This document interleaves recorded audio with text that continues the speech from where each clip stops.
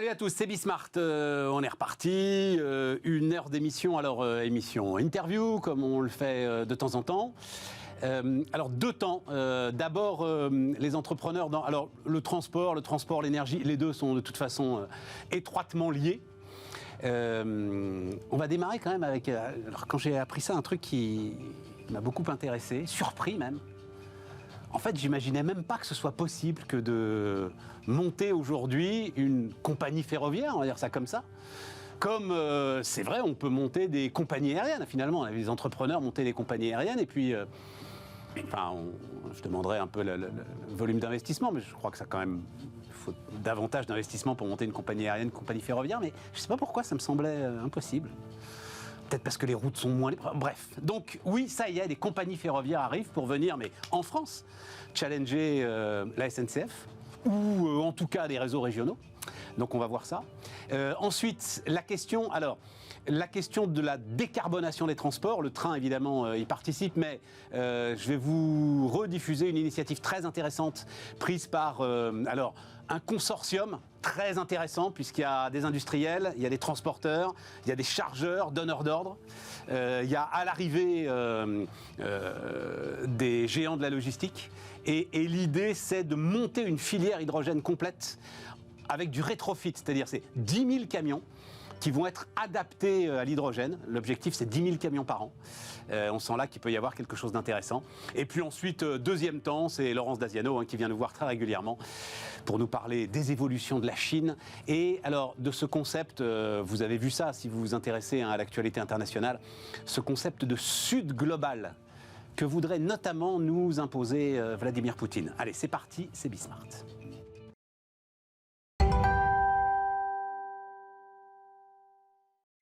Et donc, on démarre avec Alain Gétraud. Salut Alain. Bonjour Stéphane. Donc c'est, alors, en fait, d'ailleurs, je vais rendre à César ce qui lui appartient. C'était un papier des Échos, à la fin janvier, qui s'appuyait sur ce qu'on va raconter, c'est-à-dire la signature d'un accord avec le constructeur de trains espagnol qui s'appelle Talgo. Et donc, mais vous allez me raconter un peu tout ça, mais qui faisait le point sur, finalement, un certain nombre d'entrepreneurs, vous êtes une demi-douzaine là, à vous dire, est-ce que, quand je faisais dans le sommaire le parallèle avec les compagnies aériennes, vous ne voulez faire rien d'autre que de créer une compagnie ferroviaire aujourd'hui, c'est ça Alain le truc? Alors tout à fait Stéphane, votre analogie est bonne entre le monde de l'aérien et le monde du ferroviaire. Le monde du ferroviaire s'ouvre bien sûr après le monde de l'aérien, mais finalement on retrouve des similitudes. Il y avait des opérateurs macro, des opérateurs européens, des opérateurs historiques. Le marché s'est ouvert de par l'évolution des textes et de la législation. Et donc, ça laisse de nouvelles opportunités entrepreneuriales pour offrir de nouveaux services. Il y a un moment qu'il est ouvert, le marché. Alors, sur le fret, oui, mais sur sur le transport de voyageurs, voilà, c'est récent sur le transport de voyageurs, et en particulier sur la grande vitesse, finalement, c'est assez récent, décembre 2020, dans les textes. Ah ouais. Donc, désolé, on n'a pas pu être là. Ah ouais, non mais voilà, parce que en fait, c'est là où j'avais du mal à percuter. Ah, c'est simplement un frein réglementaire et vous êtes les premiers à profiter d'une ultime libéralisation. Exactement, le quatrième paquet ferroviaire. Quatrième paquet ferroviaire européen. Voilà, qui permet cette ouverture du marché sur ce qu'on appelle l'open access, le service librement organisé pour des trains privés sur le marché voyageurs et sur le marché de la grande vitesse. Et c'est vrai que jusqu'à présent, quand on parlait de concurrence, finalement, on avait d'un côté la Deutsche Bahn, de l'autre côté Trenitalia, c'est Renfe, les chemins de fer espagnols, mais c'était les compagnies nationales. Et on voyait pas, en fait, enfin, moi, j'avais pas dans mon mindset l'idée d'entrepreneurs privés qui se lancent là-dessus. Oui, alors c'est vrai que c'est un monde des grands. Alors vous avez dit une demi-douzaine d'entrepreneurs, on est moins que ça en réalité. Ah ouais, c'est vrai. D'entrepreneurs et d'entreprises de génération spontanée ou de jeunes pousses, si on nous appelle comme ça, ou de start-up. Non, pas start-up, voilà. Non, pitié, non, ça suffit. Non, parce qu'on va le raconter, vous réinventez rien. Votre sujet, c'est pas de créer le train de l'an 2050, non, c'est de faire rouler des trains à des endroits où ils roulent pas. Alors, on regarde souvent le sujet par le biais de l'infrastructure, mais il ne faut pas être fétichiste sur l'infrastructure. Il faut des rails, le service. Voilà. Oui, enfin, il ne faut pas être fétichiste sur l'infrastructure. À la différence des compagnies aériennes, il vous faut des rails. Alors, il nous faut des rails, mais l'infrastructure existe, et je vous en dirai peut-être un peu plus juste après. Effectivement, il faut de l'infrastructure, mais elle existe. La France est plutôt bien équipée en infrastructure ferroviaire. Il y a un bon réseau qui est assez dense, et puis on est particulièrement bien doté en infrastructure ferroviaire grande vitesse, et puis il y a des territoires qui sont encore mieux dotés que d'autres, et donc c'est là-dessus qu'on peut être habile et offrir une nouvelle offre de services, une nouvelle gamme de services. Combien il faut pour... on va parler d'ailleurs du financement et de la façon dont vous voulez aujourd'hui que les particuliers deviennent actionnaires de votre entreprise, de Le Train. Comment est-ce que... Enfin, je veux dire, ça coûte combien? Donc, 10 rames de train que vous avez acheté, donc grande vitesse, hein, effectivement, je ne l'ai pas encore dit, vous en parlez. 10 rames de train que vous avez acheté à Talgo, livraison début 2025. Combien ça coûte? Alors, c'est des assets lourds, hein, c'est des montants importants. Il faut comparer avec le monde de l'aérien. On achète une dizaine de rames, c'est un montant supérieur à 300 millions d'euros d'investissement sur de l'asset. Voilà. Ah, je ne voyais pas ça comme ça. Ah oui, c'est un gros Boeing. C'est un gros Boeing, et puis en plus, quand vous achetez les trains, il faut quand même acheter des stocks de pièces de rechange pour tenir les premiers tours de roue. Donc, vous achetez un volume d'investissement. Voilà, Mais c'est ça votre contrat avec Talgo d'ailleurs. Hein. Vous achetez pas seulement les 10 rames, vous achetez l'entretien, l'idée d'une maintenance sur le long terme. Oui, exactement. Quand vous signez un contrat avec votre constructeur, c'est pas uniquement un contrat de prestation, c'est un partenariat. Vous allez être dans une relation durable. Il y a l'acquisition des rames, d'une première partie de flotte, et puis il y a sa maintenance. En général, on contracte pour une trentaine d'années avec des clauses de révision. C'est dingue. 10 rames, ça fait quoi? 10 rames, c'est 10 wagons? Alors, non, 10 rames, c'est 10 trains complets. 10 trains complets, combien de wagons? Une douzaine, 11-12 wagons. Les trains Talgo sont un peu plus courts que le matériel d'autres constructeurs. Avec les locomotives? Avec les locomotives. Grande vitesse. Grande vitesse, voilà. Une rame est un monolithe, hein, on peut en assembler deux, l'une derrière l'autre, et composer ce qu'on appelle des unités mixtes. Et vous allez faire rouler ça. Donc l'idée, c'est 5 lignes grande vitesse, hein, c'est ça le projet, dans le Grand Ouest, Bretagne, Pays de Loire. Oui, Centre-Val de Loire. Centre-Val de Loire. Nouvelle-Aquitaine. Ouais. Alors, finalement, dire deux mots sur le concept. Nous, on vient sur un marché qui est complémentaire à celui de l'opérateur historique, à celui de la SNCF. Ouais. Alors, bien sûr, avec une nouvelle offre, une nouvelle expérience voyageur, on va peut-être en parler un peu plus, mais notre marché, c'est ce qu'on appelle le marché de l'intersecteur, c'est-à-dire finalement les liaisons intra- et interrégionales. Et comme je vous l'ai dit, le réseau est plutôt bien équipé en France, alors même si c'est un réseau plutôt en étoile, mais en étant habile, en mettant de l'ingénierie là-dedans, on arrive à utiliser les infrastructures existantes et à réduire les temps de parcours et surtout à éviter les ruptures de charge et donc à avoir des trajets de bout en bout sans avoir besoin de correspondance. 50 trains quotidiens? Ouais, 50 liaisons quotidiennes.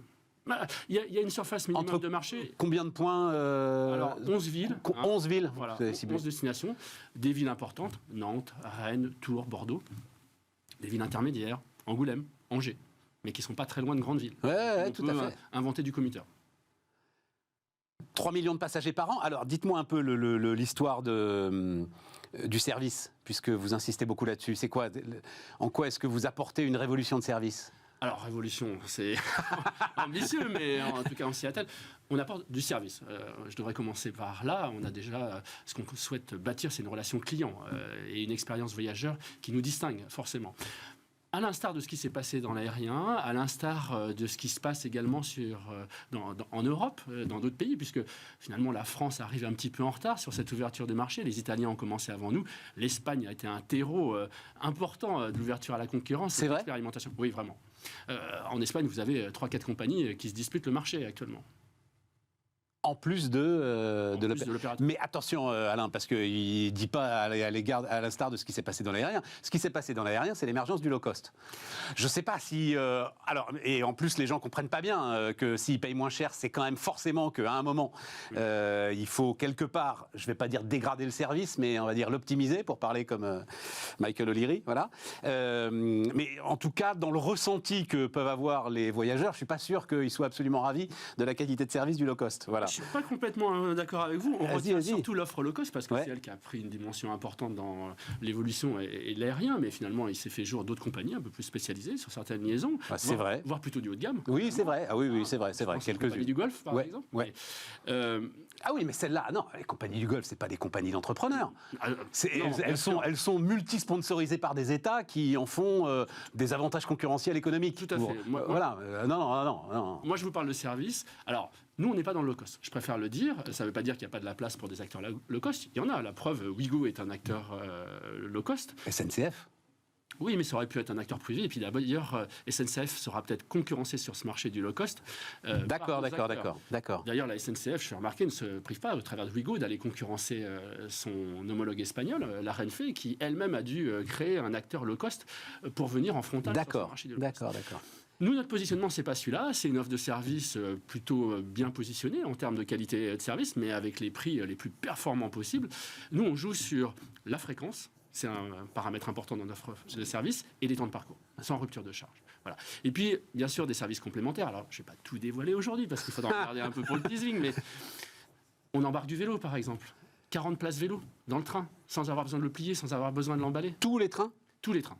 Tous les trains et notre matériel. Parce que la SNCF aussi, elle vous dit qu'elle embarque les vélos, hein, mais il vaut mieux réserver 3 mois avant si vous êtes sûr d'avoir une place. Alors moi, je préfère le dire clairement, je ne suis pas là pour juger l'offre SNCF. Hein. Oui, mais alors c'est ça, c'est-à-dire que vous n'êtes pas... Parce que je me disais, l'autre logique qui m'intéressait, c'était les télécoms.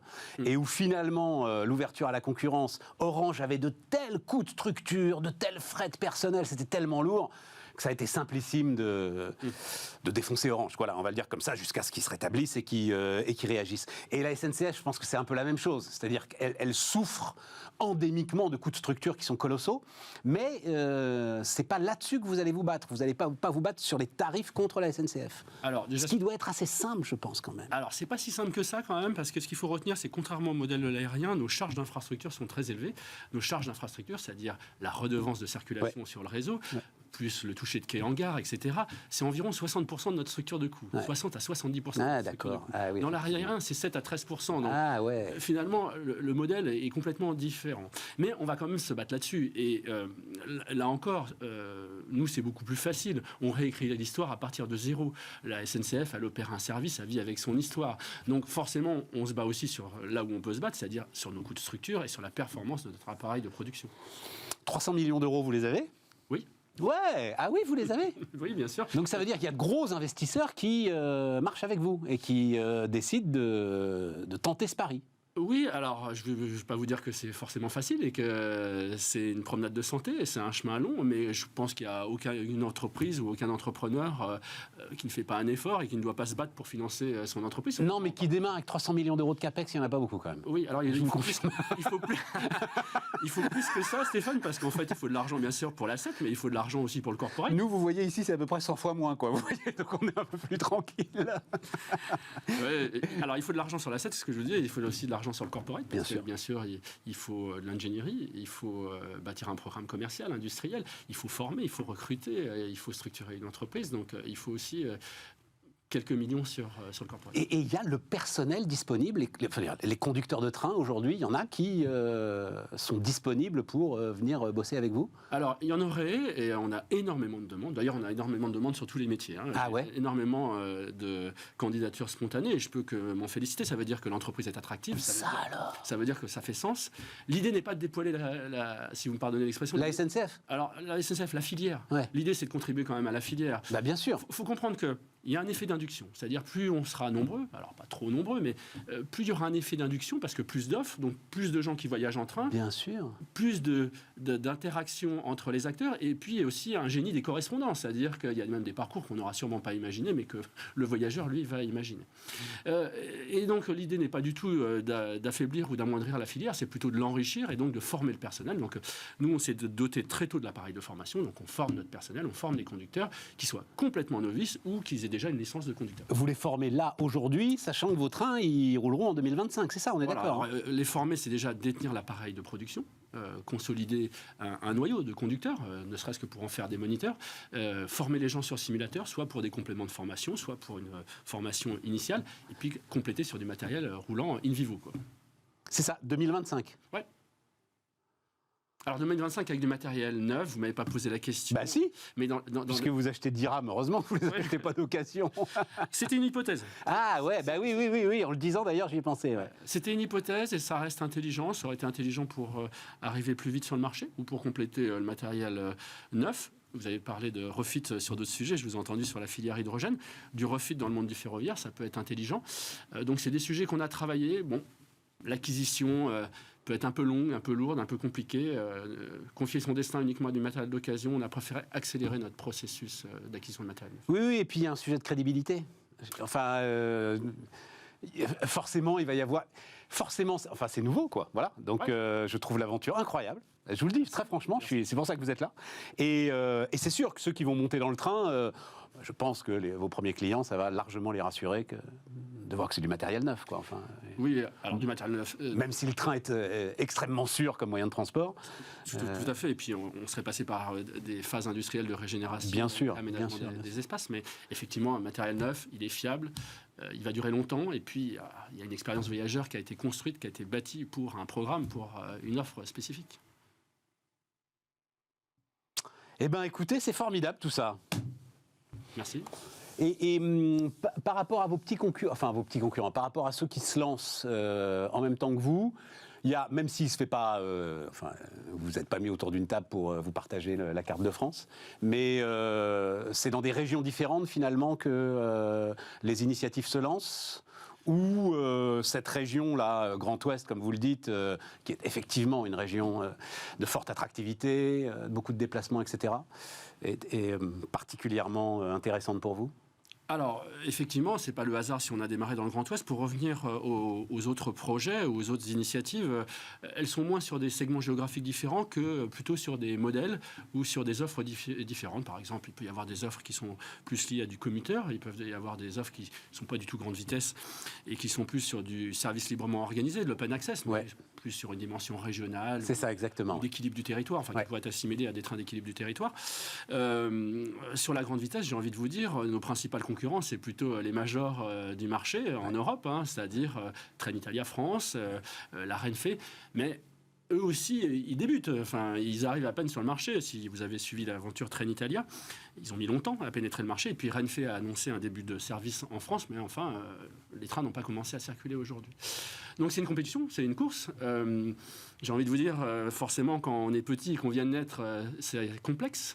On n'a pas la même assise qu'un grand groupe, mais enfin, ça doit ni démotiver l'intention et ça ne nous rend pas moins bons ou forcément moins performants pour pénétrer le marché. Je pense même le contraire, si vous voulez. Donc, nous aussi. Ça fait 20 ans que je pense le contraire. Nous aussi. Ce qui est important... Un mot, Alain ? Ouais, encore un mot ? Non, je vous en prie. Tu disais ce qui est important ? Voilà, ce qui est important, c'est qu'il y a des initiatives, et c'est intéressant parce que ça fait évoluer, bien sûr, les offres potentielles. Ensuite, c'est des temps qui sont longs et surtout une énergie et de l'investissement lourd. Donc, je pense qu'il faut distinguer les projets qui sont encore en intention et puis ceux qui se consolident au travers d'assets et d'investissements. Ah bah oui. Parce que forcément, les calendriers ne sont pas tout à fait... Ah bah ça, c'est clair. Moi, si vous êtes là, c'est la commande de dirhams de train. Là, c'est... Voilà. On est sur du lourd. 300 millions. Merci, Alain. Merci, Stéphane. À bientôt. À bientôt. On verra comment tout ça se passe. Et donc, on parle d'hydrogène.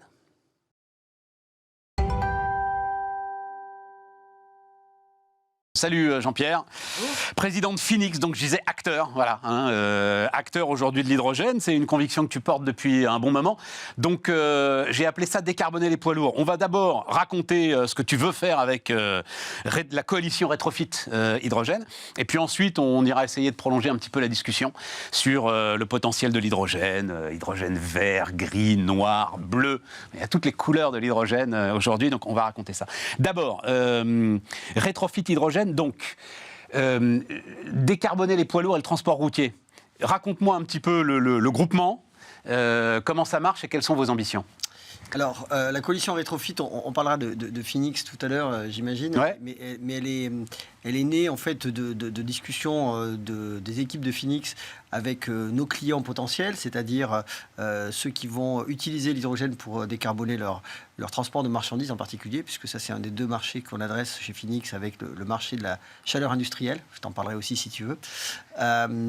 Et on s'est rendu compte évidemment que très rapidement, quand on discutait avec des acteurs, des acteurs industriels, donc du genre Nestlé, Coca-Cola, L'Oréal, qui se sont donné des ambitions publiques de décarbonation de leur transport à horizon 2030-2035, qu'ils étaient, quand on leur parlait d'hydrogène comme une solution évidente pour les camions de 25 à 40 tonnes, parce que ça permet aux camions d'avoir la bonne autonomie et les bons temps de recharge par rapport à une alternative électrique plus batterie.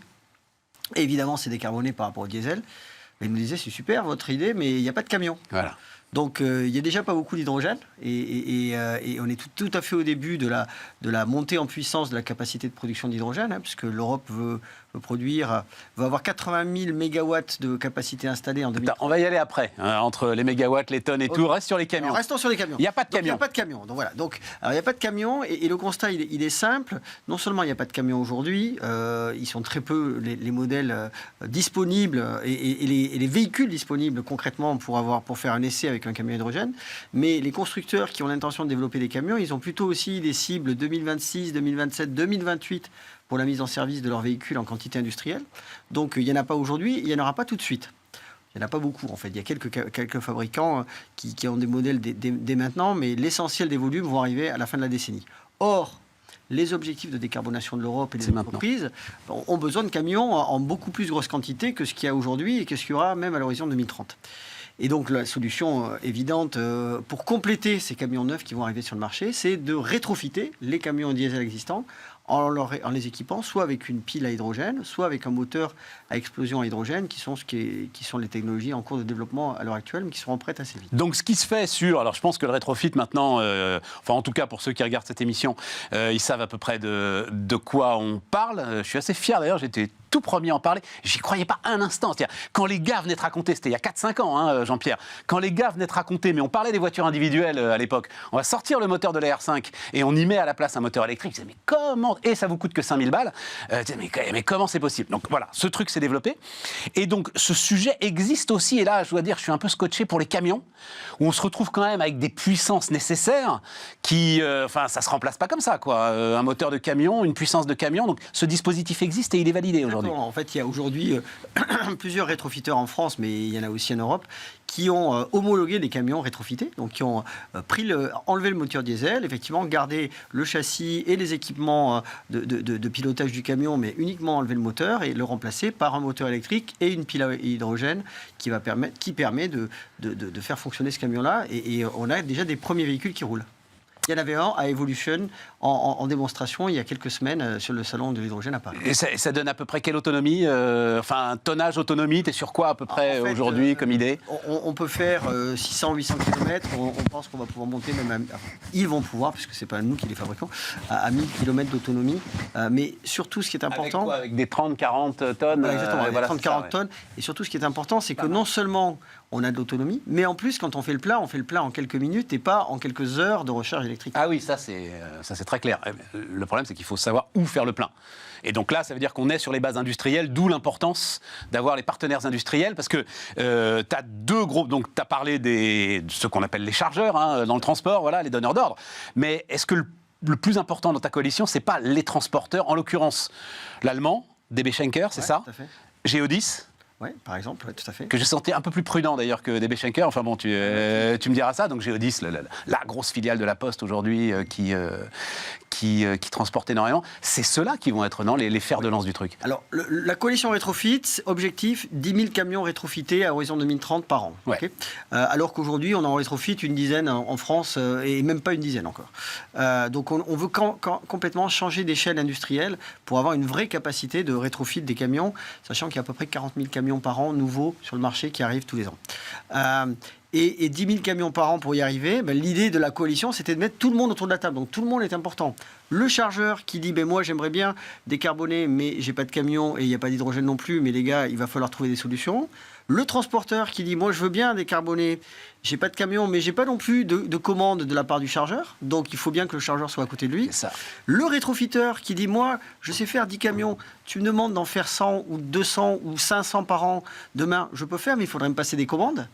Et l'équipementier qui dit, si tu veux que je te livre à un prix qui va te permettre de baisser le prix du rétrofit et donc d'avoir une solution compétitive, il ne faut pas que tu m'en commandes par 10, il faut que tu me les commandes par 1000. Voilà. Donc, on a mis autour de la table tous ces gens-là, les chargeurs, les transporteurs, les rétrofiteurs, il y en a quelques-uns en France, les financiers et les équipementiers. et en essayant de faire en sorte que chacun n'attende pas que l'autre bouge, mais que justement, parce qu'ils sont tous autour de la table, ils trouvent des solutions très concrètes qui vont permettre de passer à l'action. Puisque c'est ça l'objectif de la coalition Rétrofit. C'est pas de faire du lobbying auprès des pouvoirs publics. Ça, on va laisser ça à France Hydrogène, aux fédérations de transport, aux syndicats.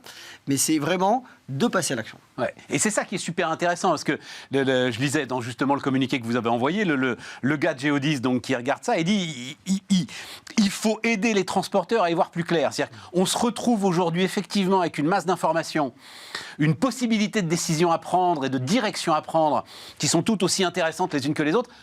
Et à un moment, il faut faire un choix. Voilà. Et c'est ça que tu proposes à travers cette coalition. C'est ça que tu proposes à l'ensemble de ceux qui sont impliqués aujourd'hui dans l'économie du transport. On leur propose en fait... Alors, il y aura des applications, enfin, pour décarboner le transport, il y aura des camions biogaz, il y aura des camions à l'électrique plus batterie, et il y aura des camions d'hydrogène, et en fonction des usages et des contraintes, ça sera une solution ou une autre. Mais de toute façon, il est évident qu'il faudra une quantité très significative de camions hydrogène pour transporter un volume très significatif. Et oui, dis donc, à 10 000 par an, effectivement, tu m'as dit, il y en a 40 000 par an sur le marché qui arrivent des camions. Ouais.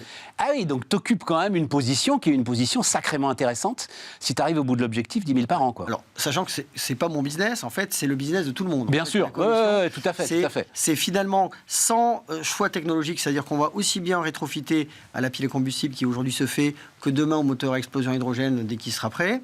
Et il y aura tous les rétrofiteurs de France, en fait on les a tous invités à venir, et tous les chargeurs qui veulent nous rejoindre, tous les transporteurs qui veulent nous rejoindre, puisque plus on aura de monde, plus on va arriver à faciliter la massification. L'enjeu, c'est qu'il y ait des installations de rétrofit un peu partout en France, parce qu'en général, quand quelqu'un prend un camion, il a aussi envie d'avoir de la maintenance, donc l'atelier qui rétrofit peut être aussi l'atelier de maintenance, et il faut qu'il ne soit pas très loin des usages, donc il faut couvrir la France. Sur un secteur super éclaté quand même, hein, celui du transport. Hein. On a cité Geodis, DB Schenker, mais tout le reste, c'est des gars qui ont 3 camions. Voilà, Donc, d'où l'intérêt des financeurs. Parce que les financeurs vont pouvoir peut-être aller... tu sais que 80% des camions aujourd'hui sont loués, ne sont pas achetés. Hein.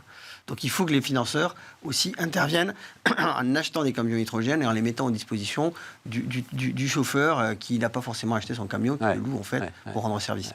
Donc il nous faut... Notre ambition, c'est de créer une quinzaine de centres de rétrofit en France qui vont chacun rétrofiter quelques centaines de camions et qui vont au total arriver à ces 10 000 camions par an. Bon, et après l'hydrogène, on va le chercher où alors? Parce que tout ça, c'est génial. Alors, ça, c'est... Mais alors, on va en parler avec Xavier Caïtucoli qui sera avec nous, qui veut être lui producteur d'hydrogène. Mais toi, dans ton idée, où est-ce qu'on va le chercher? Comment est-ce qu'on l'achemine vers les zones nécessaires justement au remplissage des réservoirs, des piles à combustible et des choses comme ça? Bon, alors, la coalition Rétrofit, en fait, c'est une initiative non-profit de Phoenix, mais le métier de Phoenix, c'est de produire de l'hydrogène. Ouais. Donc, évidemment, produire de l'hydrogène, ça nous concerne. L'hydrogène, il va être... on est tout à fait au début. Nous, on est en train de construire une installation de 10 MW au sud de Madrid, qui va être la plus grosse en Espagne en opération l'année prochaine et une des plus grosses d'Europe. Parce que même si l'Europe veut faire 80 000 mégawatts... mais autant 10 000 camions, ça m'impressionnait, autant 10 mégawatts, ça m'impressionne pas, Jean-Pierre. Bien sûr, ça t'impressionne pas et tu as raison. Mais il faut savoir qu'aujourd'hui, en Europe, l'Europe, donc, qui veut nos fameux 80 000 mégawatts installés de puissance en 2030, il n'y en a même pas 100 en ce moment en Europe installés. Donc quand tu fais 10 mégawatts, tu es déjà un très gros de la réalité actuelle. Ouais. Mais nous, on a notre pipe de projet, donc à côté de notre 10 mégawatts. En fin de cette année, on commencera à construire un 70 MW. Et l'année prochaine, on construira des 100 MW. Et on en a comme ça 1700 MW en développement. Mais le premier, il a fait que 10. Et donc ce premier qui est au sud de Madrid, il va livrer une grosse partie de sa production pour de l'application mobilité à Madrid. Des camions, des bus et des taxis aussi. Et comme, et c'est une très bonne question ce que tu fais, comme aujourd'hui, il ne suffit pas de produire l'hydrogène, il ne suffit pas d'avoir des véhicules, il faut aussi distribuer l'hydrogène. Exactement. Et donc nous, j'ai compris que c'était un sujet clé. Voilà. Et nous, donc aujourd'hui, sur nos projets mobilité, on en a un à Madrid, on en a un en France, on en a plusieurs en France en développement, on en a plusieurs au Portugal. On est aussi associé avec des partenaires pour aller développer le réseau de stations, parce qu'il faut des stations qui vont distribuer de l'hydrogène. Donc nous, on le produit. On l'amène en camion jusqu'à des stations de service qui, elles, vont le distribuer aux véhicules qui vont venir le chercher. Ça, c'est pour l'application mobilité. Après, on a d'autres métiers. Oui, parce que les choses sont complexes. Hein. On en dira un mot avec Xavier, mais peut-être qu'on peut... les réseaux de gazoducs aujourd'hui sont parfois, mais pas toujours, voilà, c'est ça qui est compliqué. D'après ce que j'ai compris, l'hydrogène et en fait les molécules d'hydrogène sont beaucoup plus fines que les molécules de gaz, c'est ça, et il faut donc s'occuper d'un nouveau coffret certains tuyaux de transport de gaz pour que les gazoducs puissent transporter de l'hydrogène, c'est ça le truc, Jean-Pierre? C'est ça, et c'est pas tout à fait le sujet de la mobilité, parce que la mobilité, de toute façon, ce sont des stations réparties sur tout le territoire ou autour des grands centres urbains. Et après, tu te retrouves comme les camions-citernes. Et donc, ça va être des camions-citernes qui vont les alimenter. D'accord. Donc, le problème du pipe qui transporte l'hydrogène, c'est pas le problème de la mobilité. Nous, on a une deuxième application chez Phoenix qui est la chaleur industrielle, et là, on injecte dans des pipes. Alors, dans un premier temps, on va injecter nos projets pour la chaleur industrielle. Ils sont quasiment tous en Espagne. Alors, attends, raconte-moi. Chaleur industrielle, c'est quoi? C'est ce qu'on appelle la fameuse chaleur fatale? C'est la chaleur produite par les processus de production? Non. En fait, l'Europe, sur ses objectifs à 2030, elle a divisé les marchés en plusieurs marchés. Pour l'hydrogène, tu as une qui est remplacée l'hydrogène gris, dont tu parlais tout à l'heure, par de l'hydrogène vert. Donc décarboner. Donc hydrogène gris, ça veut dire de l'hydrogène qui est fait avec du gaz, globalement. Voilà. Qui est fait avec du gaz. Vous avez donc les couleurs, le code couleur, hydrogène noir avec du charbon, hydrogène gris avec du gaz, hydrogène vert avec des énergies renouvelables, hydrogène bleu avec du nucléaire. C'est à peu près ça le code couleur. Ça te va? Alors hydrogène bleu, c'est aussi de l'hydrogène qui est fait avec du gaz dans lequel on a capturé le carbone. Aussi, voilà. Donc l'hydrogène vert qui est fait avec des électricités renouvelables, il est destiné donc soit à remplacer l'hydrogène gris qui est par un hydrogène décarboné, soit à produire des nouvelles solutions à base d'hydrogène comme par exemple des carburants d'aviation, qui sont des nouveaux marchés. Et puis pour 40% des volumes prévus en 2030, il y aura à peu près 20% sur la mobilité lourde, sur la mobilité, essentiellement lourde, et 20% pour produire la chaleur industrielle. La chaleur industrielle, c'est des fours et des chaudières vapeur qui utilisent aujourd'hui du gaz naturel, entre autres du gaz naturel qui vient de Russie, qui nous coûte de plus en plus cher. Il vient plus là. Et voilà, qui vient plus d'ailleurs, qui venait. Voilà. Qui venait. Et donc remplacer ce gaz naturel par de l'hydrogène renouvelable qui brûle. En fait, l'hydrogène, ça brûle comme le gaz. D'ailleurs, tu le sais sûrement, dans les réseaux de gaz de la ville de Paris au début du XXe siècle, qui alimentaient les lumières de la ville de Paris, c'était 60% d'hydrogène et 40% de gaz naturel. Ah, je ne savais pas ça. C'était du gaz de coke, en fait, qui a un très fort contenu d'hydrogène. Donc, ça veut dire qu'il peut toujours passer par les mêmes tuyaux, en fait. Oui. Alors, si tu utilisais les tuyaux de 1900, tu pourrais même probablement ne rien toucher. Si ce n'est que les tuyaux de gaz naturel plus récents, ils ont effectivement pas tellement le tuyau lui-même, même s'il a des problèmes de corrosion, mais les connexions ont besoin d'être adaptées, que la molécule ne s'échappe pas. Voilà. Mais aujourd'hui, et ça c'est très important, en fait, tu as donc des hydrogénoducs en construction entre l'Espagne, le Portugal, la France et l'Allemagne, dont un qui va passer sous la Méditerranée, qui vont transporter de l'hydrogène pur. Mais tu peux d'ores et déjà aussi, c'est ce qu'on va commencer à faire en Espagne, nous, injecter de l'hydrogène dans le réseau gazier de gaz naturel, et avoir un mélange hydrogène-gaz naturel qui circule. Ça, c'est déjà possible. Jean-Pierre, alors le temps tourne très vite. Moi, je suis un peu intoxiqué par Jean-Marc Jancovici, comme beaucoup d'entre nous. Lui dit, tout ça c'est formidable, mais j'ai un problème. Lui, il dit, on a un problème physique. C'est-à-dire, ça prend trop de place. Ça consomme trop d'énergie pour soit le rendre liquide, soit le rendre solide, c'est-à-dire pour le transporter de manière satisfaisante, et ça a un trop faible rendement. Alors, je te réponds à plusieurs sujets. Le sujet du rendement, est-ce que c'est un vrai sujet? C'est-à-dire que le sujet du rendement, c'est d'abord un sujet économique. Oui. À quel prix va sortir mon hydrogène? Si mon hydrogène sort à un prix compétitif avec le gaz naturel, parce que l'électricité renouvelable est pas chère, c'est le cas en Espagne et au Portugal, et elle représente 70% du coût de l'hydrogène, et que les prix des électrolyseurs baissent parce qu'on passe d'une capacité de production mondiale toute petite à une énorme, et qu'on arrive au prix du gaz naturel, est-ce que nous, on pense qu'on va arriver aux alentours de l'année 2030 du gaz naturel, prix historique. Oui, voilà, c'est ça, 40 € le mégawattheure, quelque chose comme ça. Quoi. Entre 20 et 40 € du mégawattheure. Entre 20 et 40, voilà. Nous, on pense qu'on pourra y arriver aux alentours de 2030, ok.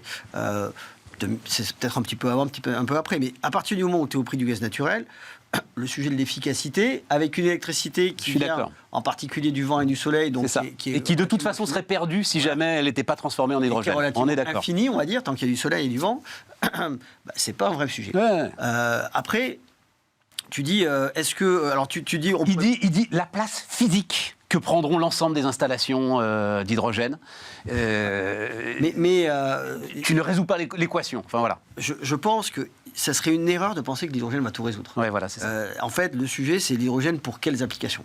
Et il y a des applications où c'est la meilleure solution. C'est-à-dire le camion 40 tonnes, je vois pas beaucoup d'alternatives. La chaudière industrielle ou le four industriel qui produit de la chaleur à 600 ou à 1000 degrés, tu peux brûler du gaz naturel, tu peux brûler de l'hydrogène et il n'y a pas beaucoup d'alternatives. On parle beaucoup de la décarbonation de la sidérurgie aussi. Voilà, dans la sidérurgie, remplacer le gaz. Tu as des procédés qui peuvent utiliser l'hydrogène. Donc il y a une série d'applications, mais qui vont représenter à échelle 2050 30% de la consommation énergétique européenne. Donc pas 100%. Mais en revanche, tu peux pas. Et en fait, pourquoi on a créé Phoenix ? Et ça, c'est peut-être important. Moi, j'ai créé Phoenix il y a 3 ans avec une équipe de 3 cofondateurs, parce que je me suis rendu compte, en travaillant avec des entreprises qui décarbonaient qui écrivaient leur feuille de route de décarbonation, donc qui étaient des clients dans l'activité de conseil que j'avais créé auparavant, qu'ils n'arriveraient pas à leurs objectifs sans la brique hydrogène. Ils n'avaient pas besoin que de l'hydrogène, mais s'ils n'avaient pas la brique hydrogène, les objectifs qui se fixaient en 2030-2035, ils ne seraient pas atteignables. Donc, c'est ça le sujet. L'hydrogène, c'est pas partout.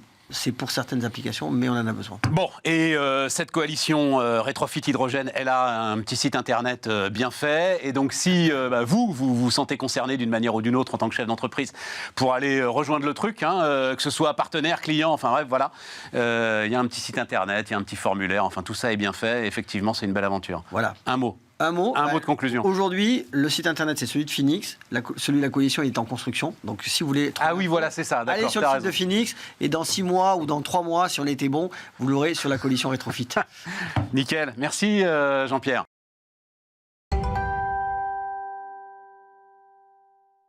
Et donc, Laurence Daziano est avec nous. Bonjour, Laurence.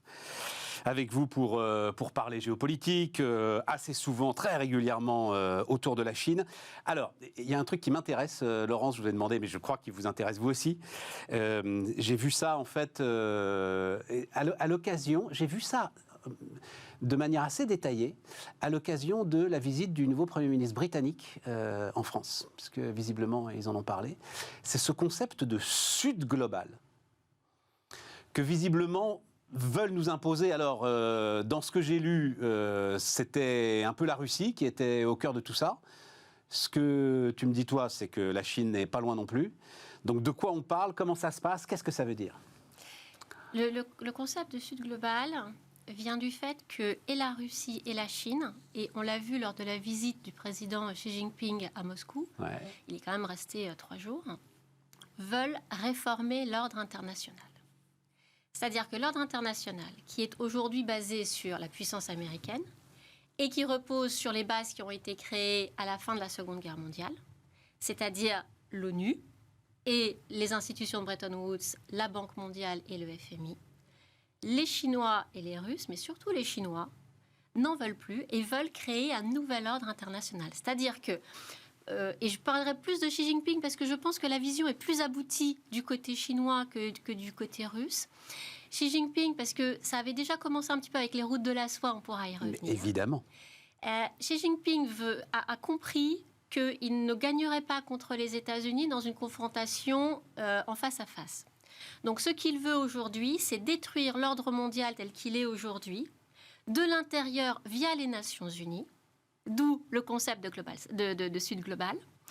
Ce qu'il est en train de mettre en place, c'est de dire les institutions telles qu'elles ont été créées et aujourd'hui le droit international tel qu'il est, il est basé sur le droit international qui est né de la Charte des Nations Unies et du fait qu'à partir de la fin de la Seconde Guerre mondiale, tous les États sont égaux et les grands renoncent à envahir ou avoir des rapports de force avec les petits, et les droits de l'homme.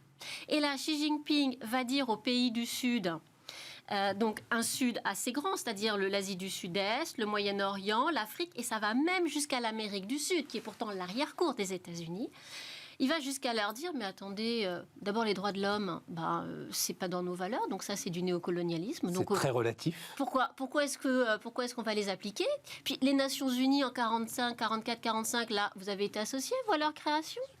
Non, donc du coup, aujourd'hui, on est pratiquement 80 ans plus tard, modèle obsolète, il faut le réformer, on va le réformer de l'intérieur.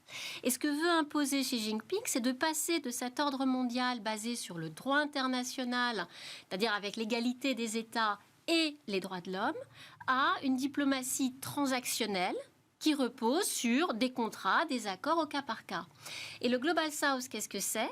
C'est, selon les moments et selon les enjeux, d'agréger certains États dits du Sud pour porter une voix aux Nations Unies et essayer de faire changer les choses de l'intérieur pour dynamiter le système, pour qu'il implose de l'intérieur. Et le Global South, enfin le Sud global, ça vient et ça fait écho à tout ce qui s'est passé de ce que fait la diplomatie de Xi Jinping depuis qu'il est au pouvoir en 2012. C'est-à-dire qu'on a commencé par avoir les routes de la soie. Alors au début, les routes de la soie, c'était surtout pour écluser tous les surplus de production de la Chine. Et puis petit à petit, c'est quand même devenu un outil diplomatique de soft power. Sauf que ça a, au bout de 10 ans, une très mauvaise réputation parce que le bilan environnemental est pas génial et que y a eu une trappe à pauvreté, une trappe à dette. Voilà, c'est en train de craquer d'ailleurs un peu financièrement là en ce moment. Ça craque financièrement, d'abord parce que les Chinois y mettent moins d'argent, mais surtout parce que tous les pays qui ont adhéré au concept se retrouvent très endettés, donc ça commence à avoir une mauvaise réputation. Donc c'est pas grave, on change le système, on change le nom. Alors il y aura moins de financement qui sera mis parce que ce sera plus de la diplomatie et un petit peu moins de commerce, quoique ça, on pourra y revenir. Mais surtout, dans la pensée de Sud global, ça a été, donc, comme les routes de la soie, ça n'allait plus très bien. En 2021, à la tribune de l'ONU, d'ailleurs, Xi Jinping avait parlé d'initiative de développement global, le Global Development Initiative, qui était, regardez, la Chine, elle a réussi à se développer, pourquoi est-ce que vous ne prenez pas le même modèle ? Puisque de toute façon, vous voyez bien que le modèle capitaliste, il ne fonctionne pas. Un an plus tard, 2022, il y a le concept de Global Defense Initiative, donc l'initiative de défense globale, c'est-à-dire chaque pays est libre de s'armer comme il veut. La Chine explose son budget militaire. La Chine, en un an, a construit la moitié du tonnage de toute la flotte française en navires de guerre. Attends, on va revenir sur le troisième point. Sur la guerre. Le troisième point, parce qu'il y avait un troisième volet de Global Initiative, c'est la Global Civilization Initiative, celle que nous a sortie Xi Jinping là, au début du mois, au moment où il a été élu président pour la 3e fois par l'Assemblée nationale, et qui est justement là où il dit, mais les droits de l'homme, c'est pas nos valeurs, pourquoi est-ce qu'on voudrait nous les imposer ? Et où il dit, mais aucun pays ne doit imposer ses valeurs à un autre, et donc chaque pays est libre de choisir ses valeurs. Et si je remonte encore un petit peu, 2014, sommet des BRICS de Fortaleza au Brésil, création de la nouvelle banque de développement, création du CRA, qui sont à la fois l'équivalent de la Banque mondiale et du FMI pour les pays émergents. Et on voit que cette volonté de remettre en cause l'ordre international tel qu'on le connaît, tel qu'il est né de la fin de la Seconde Guerre mondiale, avait déjà commencé à ce moment-là. Oui, mais alors ça, c'est parfait, reprenons. Conseil de sécurité des Nations Unies. Parce que, faire exploser le système Nations Unies, il va toujours buter sur le Conseil de sécurité, où il n'a pas la majorité. Où il se retrouve face à États-Unis, France, Grande-Bretagne, et où Chine et Russie resteront. Donc, c'est ce système-là qu'il veut faire exploser ? Alors, c'est beaucoup plus insidieux que ça. Et c'est là où on voit aussi que la Russie prend sa part. Il y a eu, il y a quelques mois, le renouvellement de l'ambassadrice de l'ONU qui était chargée de toutes les questions environnementales dans les zones de conflit. Et elle avait fait un rapport qui était évidemment très négatif sur la situation de l'Ukraine. Et au moment Quelle nationalité, cette ambassadrice ? Elle était occidentale. Je ne sais plus si elle était pas australienne. Enfin, elle était occidentale. Okay. Et au moment de son renouvellement, donc il y a toute une procédure au sein de l'ONU pour renouveler les agents de ce niveau-là. Et elle était...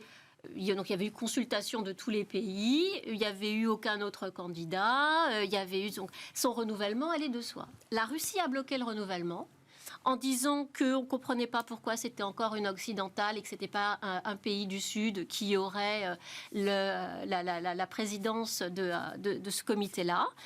Et donc, ils ont fait tout un ramdam.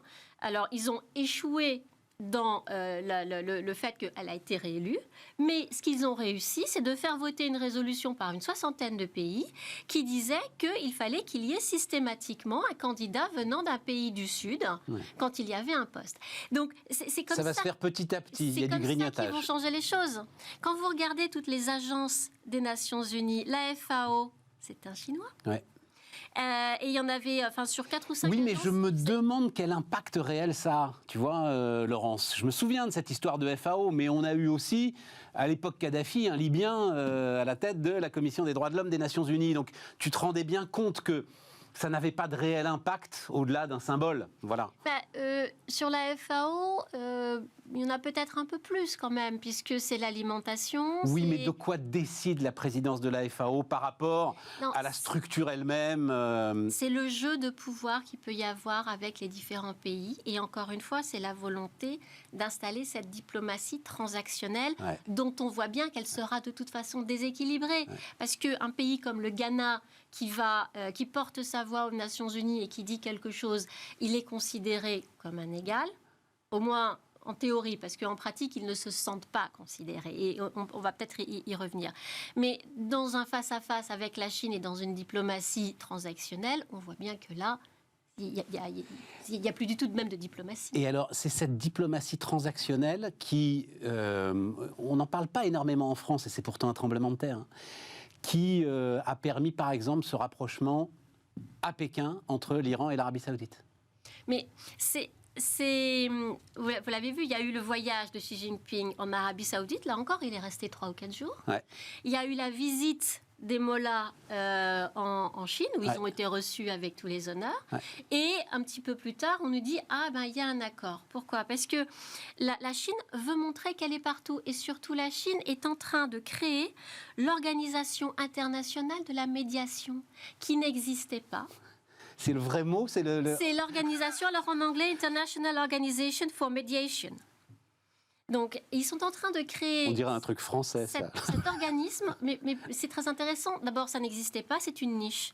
Ils s'y sont engouffrés pour prendre la place, en disant quoi ? Nous, la Chine, dans le monde, on est là, en tant que médiateur, on n'est pas part au conflit, mais on va apaiser les conflits. Et donc médiateur, ça veut dire à un moment, par exemple, je dis n'importe quoi, la Russie, l'Ukraine, venez nous voir et on va essayer de trouver un terrain d'entente. Bon, ils ont essayé, mais pas en tant que Chine, en tant qu'organisation internationale de la médiation. C'est un petit peu comme ça qu'ils ont commencé. C'est-à-dire que les Chinois mettent le nom sur quelque chose après qu'il est déjà créé. On l'a vu avec les routes de la soie. Il y a des projets qui rentraient dans les routes de la soie qui, en fait, étaient bien antérieurs. Bien sûr. Et là, c'est pareil. Tout ce qui va être leur initiative, qu'elle soit de défense, de développement ou civilisationnelle, c'est créé. Enfin, le nom apparaît maintenant, mais ils vont y raccrocher des choses qui existent déjà.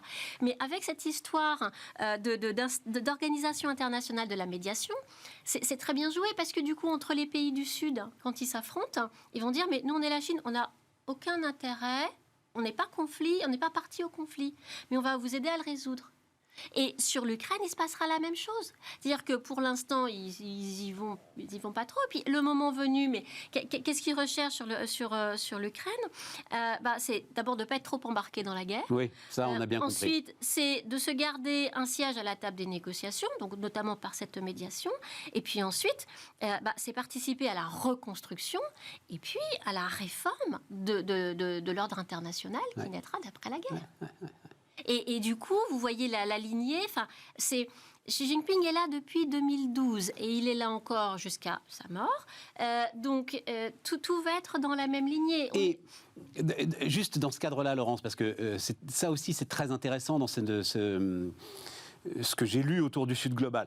Il y a cette fameuse phrase-là de l'acteur français dont j'ai oublié le nom, mon Dieu, comment s'appelle-t-il ? Enfin bref, qui a créé un scandale en France parce que il a dit, écoutez, la guerre d'Ukraine, oui sans doute, mais enfin vous savez, en Afrique, des guerres comparables, il y en a, et visiblement, c'est pas le souci des Nations Unies, et c'est pas le souci du monde, et tout à coup, il faudrait que...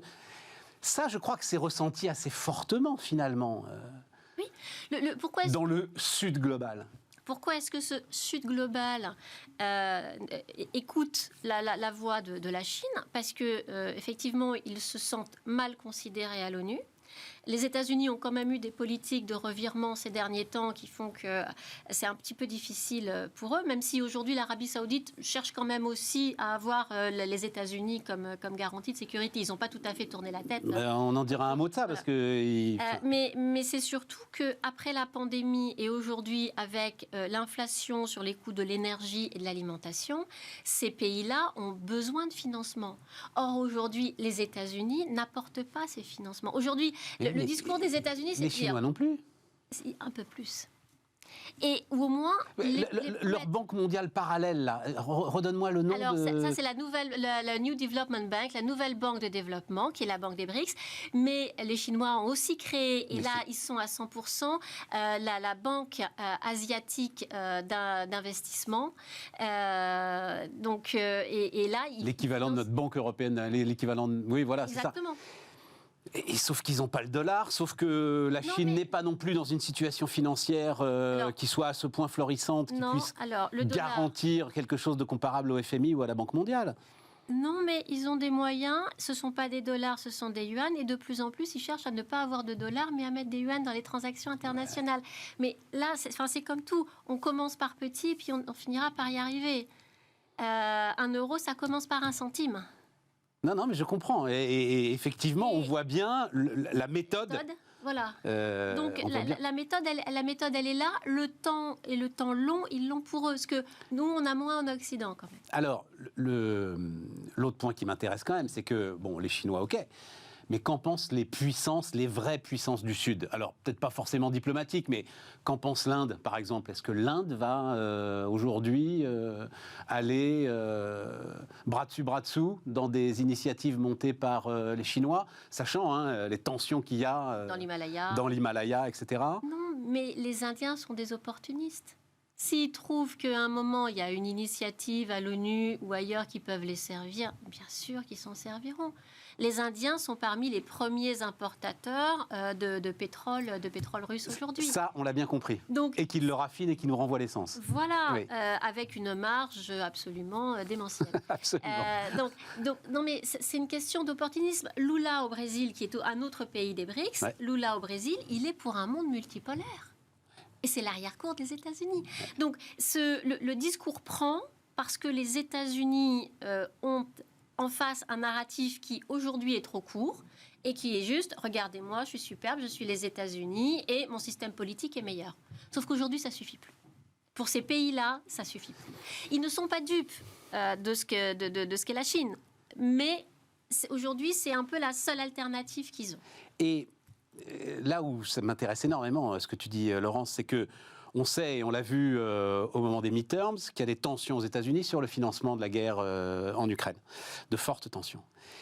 Là, si effectivement les Américains, et notamment les républicains, se rendent compte que c'est en train de modifier en profondeur, parce que Arabie Saoudite-Iran, c'est quand même un sacré choc, je pense, pour eux. Cette obsession ukrainienne est en train de modifier en profondeur les autres équilibres géopolitiques. Là, on a un sujet quand même, c'est absolument passionnant, qui donne un peu le vertige d'ailleurs, mais on a un sujet. Ça veut dire qu'à un moment, peut-être aussi, les Américains vont commencer à lever le pied sur la défense de l'Ukraine. L'Ukraine est regardée par la Chine beaucoup par rapport à Taïwan, parce que les Chinois iront à Taïwan. Bon. Ils iront à Taïwan, probablement en 2027. Et que feront les Américains à ce moment-là? Ils feront comme ils le font avec Pourquoi tu dis 2027? Parce que 2027, c'est le 100e anniversaire de la création de l'armée populaire chinoise. Oui, mais Laurence, qui s'est jamais battue nulle part, qui a pris une déculottée au Vietnam. Elle a pris une déculottée au Vietnam, on est d'accord, mais... Tu vois, tu crois vraiment qu'ils se lanceraient dans une aventure militaire comme ça? Aujourd'hui, la marine chinoise fait des exercices avec la marine russe régulièrement. En ce moment, il y a des exercices entre la marine russe, la marine chinoise et la marine iranienne dans le golfe d'Oman. Et il y a quelques semaines, des exercices entre la marine russe, la marine chinoise et la marine sud-africaine. Donc, ils s'entraînent. Je ne dis pas qu'ils sont au top, mais parce ils se sont beaucoup armés. Les leçons de l'Ukraine, c'est quand même qu'à un moment, il faut débarquer. Oui. Voilà. Mais les Chinois... Et que c'est pas simple de débarquer. Non, mais les Chinois, comme les Russes, ont une capacité à envoyer des hommes au front que n'ont pas les Ukrainiens et qu'ont encore moins les Taïwanais. Bon, mais je prends l'oracle, 2027. On sera encore là pour en parler, Laurence. J'espère pas. Hein, oui, j'espère bien aussi. Ah si, ah bah si, dis donc, 2027. Ou alors que je me sois trompée. Ah oui, voilà, c'est ça. Bon, donc, mais ça veut dire que tout ça, et voilà, il nous reste 2 minutes, c'est parfait, parce que quand tu décris tout ça, tu peux justement décrire une solution sur le temps long, telle qu'on l'imagine quand, comme moi, on a des clichés plein la tête sur la Chine, sans aucun affrontement direct à un moment. Si tu penses que à la fin, une fois que tout ça sera consolidé, bim, il y aura l'affrontement direct pour aller reprendre Taïwan. Il n'y aura pas d'affrontement direct. Parce que les États-Unis feront comme ils le font pour l'Ukraine. Ils livreront des hommes, mais ils n'iront pas eux-mêmes. Non, mais je parle d'affrontement direct avec les Taïwanais. Ah oui. Bah oui, mais qui vont pas se laisser faire quand même. Comme les Ukrainiens. Mais ils sont beaucoup moins nombreux. Et ils le sont beaucoup plus en face. Bon, on a fait le tour Je pense qu'on a fait le tour. Ben voilà, quand même, conclusion. Ça veut dire que notre diplomatie, alors peut-être que évidemment qu'elle sait tout ça, mais en gros, ce que j'ai lu, elle balayait d'un revers de main ce concept de Sud global. Il ne faut surtout pas balayer d'un revers de main ce concept de Sud global. Oui et non. Il faut s'y intéresser de très près. Il faut s'y intéresser de très près, tout en déniant à la Chine le fait qu'elle ait le monopole sur ce sujet. Bien sûr. Bien sûr, bien sûr, mais il est temps de s'en occuper justement, si on ne veut pas qu'elle ait le monopole.